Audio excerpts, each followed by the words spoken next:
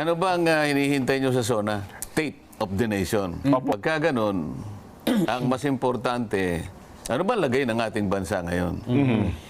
Walang kinalaman kung anong gagawin mo kasi kailangan yun munang kalagayan ng bansa natin. Ipakita mo. Kumbaga sa tao, tayo ba'y talagang maganda ang ating tayo ngayon, yung katawan ba natin ay malusog na malusog, di ba? Opo. Ganun na SONA, yun na nga.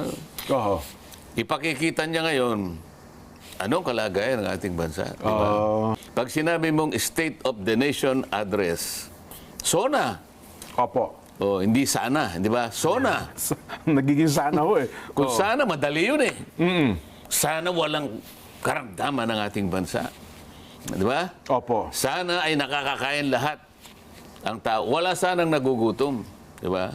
Yun ang gustong marinig ng taong bayan at mapatibayan. Ang sinasabi ko, yung kalagayan ng bansa ngayon, Estado kinakailangan iulat mo na mabuti. Opo. Kumbaga sa larawan, ilarawan mo, ikwento mo, patibayan mo na ito po ang kalagayan ng ating bansa ngayon. Nako, oo. Nagkano bang utang ng bansa mo ngayon?